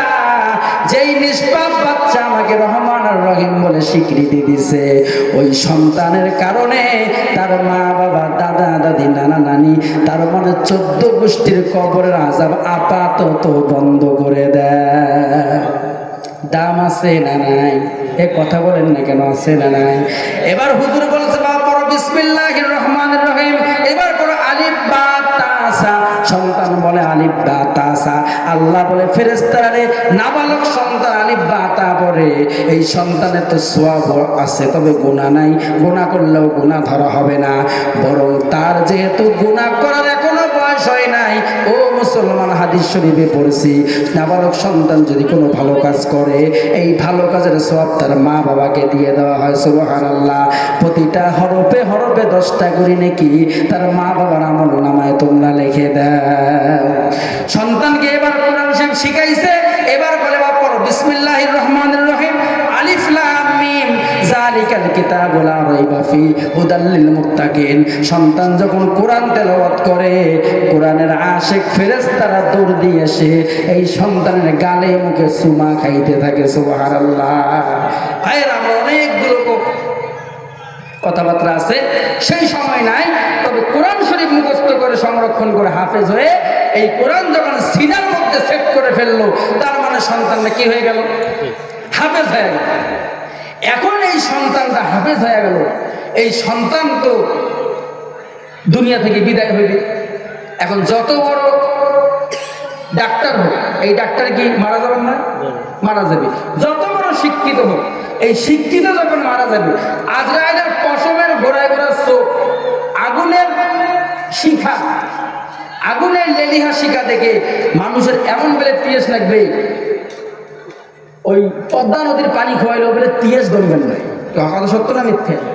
এই হাফেজ যখন দুনিয়া থেকে বিদায় হবে, আল্লাহ তাআলা ফেরেশতাদেরকে বলবেন, এই ফেরেশতারা তোমরা সবাই তার সান্ত্বনা দাও, আর আজরাইলকে বলবে জান্নাতি সুরত নিয়ে তার সামনে যাও। সুবহানাল্লাহ। তা আজরাইল জান্নাতি সুরত নিয়ে আসছে, যত বড় হাফেজ হোক আর মাওলানা হোক, দুনিয়ার মায়া তো অন্তরত আছে, সহজে মরবে চায়, মরবে চায় না। তা আজরাইল ভাই আল্লাহ জীব তো বের হয় না, এ মারা যাওয়া চায়। তো আল্লাহ বলে যে জান্নাতের দরজাগুলো খুলে দাও, জান্নাতের বাতাস এর গাত লাগে দাও।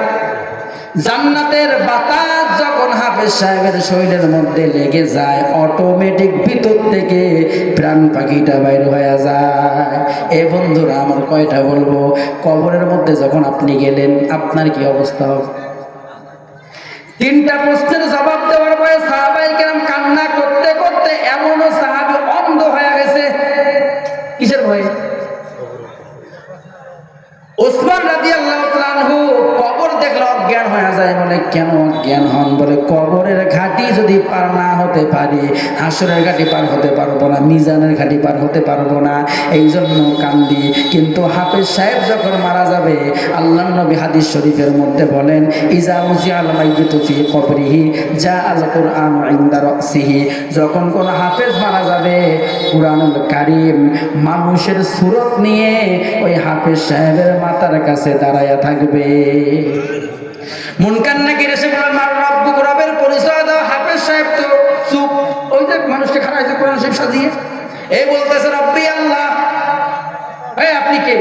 এর জবাব দিলেন না।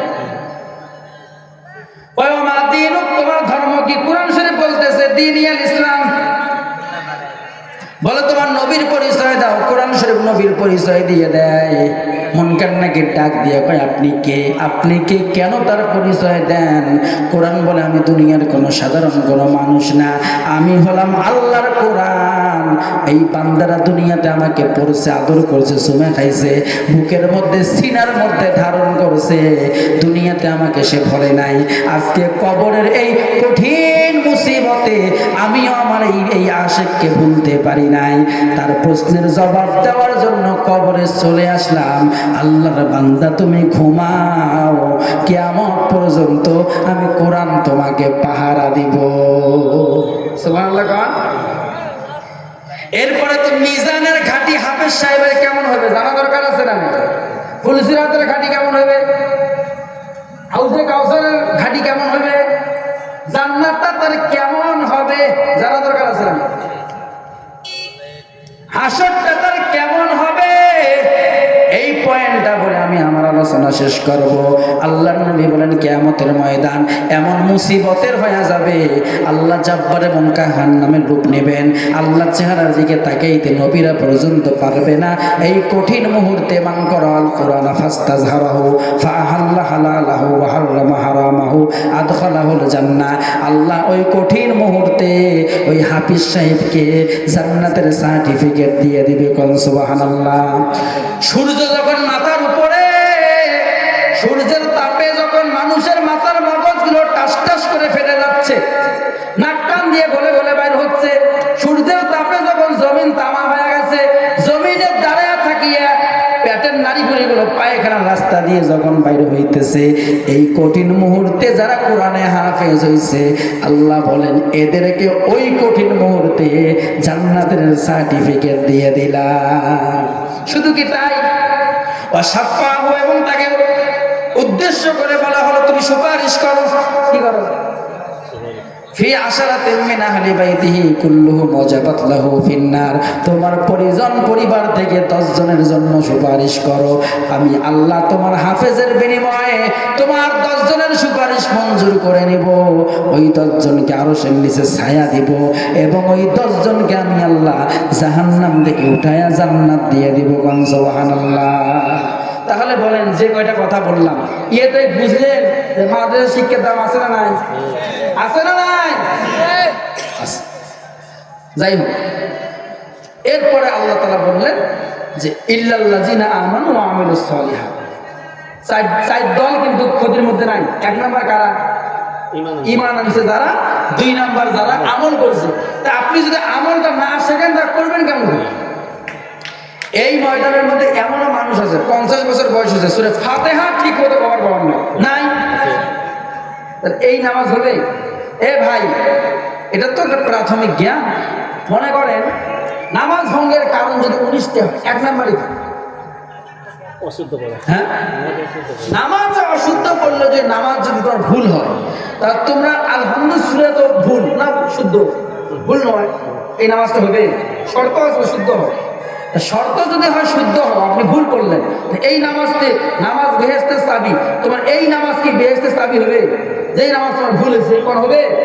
তার মানে ইবাদত করতে গেলে আগে শিখতে হয়, যে কোনো কাজ আগে শিখতে হয়। আমলের আগে এলেমের দরকার। এলেম নেই, আপনি কি আমল করবেন জানেন না, তার মানে এলেমের দরকার আছে না? তাহলে এলেমটা আপনি কোথায় পাবেন?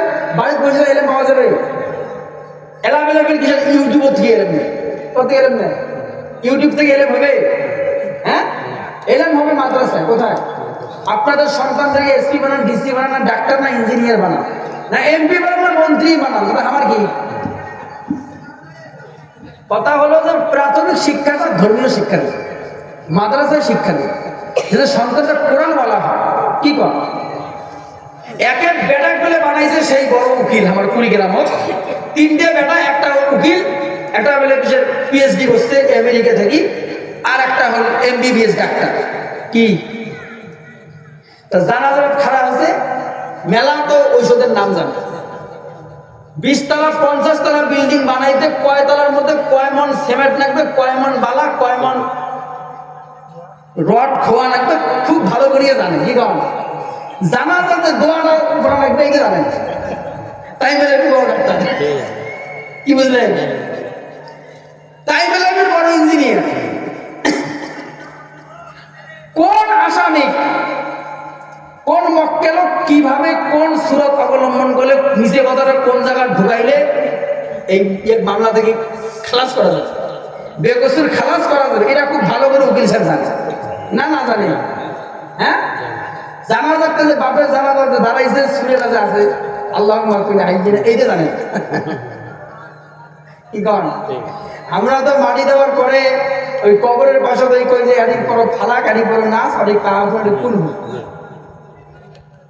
মাঝে মাঝে এমনও শিক্ষিত আমার কয় যে ফালাক তখন কোনটা ছুড়ে না নাই, কি শিক্ষিত বানাইলেন সবাই, এইটা বুঝেন তো দেখি। আপনিও যদি কোরআন শরীফ পড়বেন না পান, আপনার বেটাও যদি না পায়, আপনার বেটিও যদি না পায়, জানাজার মধ্যে দোয়াটাও না পায়, আপনার ছেলের কি আপনার জন্য কি করবে? কি করবে? এই মনে এইটা কি দোয়া? জানাজার দোয়া এলেন নয়, জানাজার দোয়া হলো আল্লাহুম্মা গফির লিহাইয়িনা ওয়া মাইয়িতিনা ওয়া শাহিদিনা ওয়া গায়বিনা। আপনার ছেলেটা যদি আপনি মাদ্রাসায় পড়ান, ওয়ানের মধ্যে 6 মাস নাই গেতে আপনাকে মনে করেন যে মিশন মিশন করে আপনার তুই মর মতো জানাজাটা পড়। কি কম নাই মতো জানাজা পড়াইবি। তবে আল্লাহ নবী বলেন, কোন বাবা যদি মারা যায় আর বাবা যদি এমন ভাগ্যবান হয় তার সন্তানটাই তার জানাজা পড়াইলো, বলে বাবার জানাজার সামনে সন্তান দাঁড়াইছে, সন্তান আল্লাহু আকবার বলছে, এখন সন্তানের যত বড় পাথরের মতো যদি অন্তরটা হয়, এই সন্তান কিন্তু মনে মনে বলবে আমার বাবার এখন শেষ বিদায়, এই নামাজের পর আমার বাবা আর বাঁচবে না, আর বাবা কবরে চলে যাবে, আর আব্বা বলে ডাকতে পারবো না। পাথরের মতো যদি সন্তানের অন্তরটা শক্ত হয়, ওই অবস্থায় চোখের পানি বাইর হইতেই হবে, হতেই হবে, হতেই হবে। ঠিক কিনা?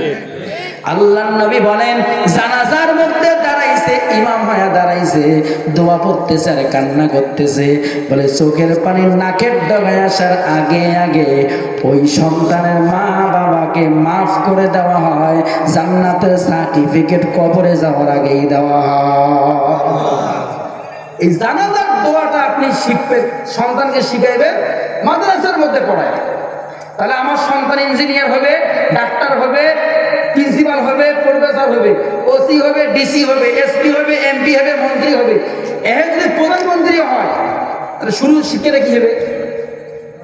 কথা বল না কেন? কি মাদ্রাসা?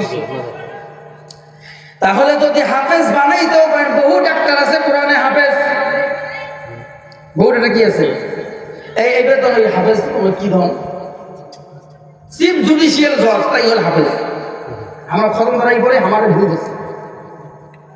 তো আপনি কেমন কি জানলেন? আমি এমন 21-22 বার তারাবি পড়াইয়া হাফেজ যাবো, শুনলেন? এই চিফ জুডিশিয়াল জজ, তাহলে হাফেজ আর জজ না হওয়া যায়, হাফেজ হইয়া এমপি একেবারে এসপিডিসি না হওয়া যায়। বহু ডাক্তার আছে কোরআনে হাফেজ, আপনি কি মনে করছেন? না নাই বুঝলেন? তার মানে একটা কথা বুঝাই, যদি হাফেজ হয় দুনিয়াতেও লাভ, মৃত্যুর সময়ও লাভ, কবরেও লাভ, মিজানেও লাভ, হাসরেও লাভ, একদম কিয়ামতের দিনেও লাভ, জান্নাতেও লাভ, হাফেজদের জন্য লাভ। তার মানে তার বাপ মার লাভ নাই। যারা আজকে হাফেজি মাদ্রাসার মধ্যে যারা টাকা পয়সা দিলেন, এইখান থেকে যারা হাফেজ হয়ে বাইর হবে, এই টাকা দিয়ে ওদের উপকার হবে, আপনাদের বোধহয় লাভ নেই, খালি ক্ষতি। হ্যাঁ, আপনাদের লাভ নাই। বলে তাদেরকে যখন 10 জনকে জান্নাতের সুপারিশ করে অনুমতি দিবে, এরা 10 জনকে সুপারিশ করে বলবে আল্লাহ হবে না, আরো চাই, বলে আর ফিকায়। যেই মাদ্রাসায় আমি পড়াশোনা করেছি সভাপতি সাহেব নিজের সন্তানের পিছনে টাকা খরচ না করে আমাদের পিছনে খরচ করছে, ওই সভাপতি ছাড়া কি আমি জান্নাত যাবো? সেক্রেটারি টাকা দিছে, শ্রম দিছে, সময় দিছে, ট্যাক্স দিয়ে জান্নাত যাবে? ওয়াজ মাহফিলের মধ্যে হয়েছে, কুড়িগ্রাম থেকে আসাদুজ্জামান সিদ্দিক এসে ওয়াজ করছে, মনে করেন 20-30 জন মানুষ এত বড় টাকা দিছে, এদের কি ছাড়ি কি জান্নাত যাওয়া যাবে? আল্লাহ বলবেন বান্দারে 10 জনকে জান্নাতে নেওয়ার অনুমতি হয়েছে, তুই তো 10 জন নিয়েই ফেলছো, আবার কি আবেদন করো? আল্লাহ তাআলার কাছে ওই হাফেজ সাহেব আবেদন করবে, আল্লাহ যাদের হেল্পের কারণে, যাদের টাকা পয়সার কারণে, যাদের বুদ্ধি পরামর্শের কারণে, শ্রম আর সময়ের কারণে আমি হাফেজ হইতে পারছি, আজকে জান্নাতের সার্টিফিকেট দিয়ে দিছো, তাদেরকে না নিয়ে আমি জান্নাত যাব না। আল্লাহ বলবেন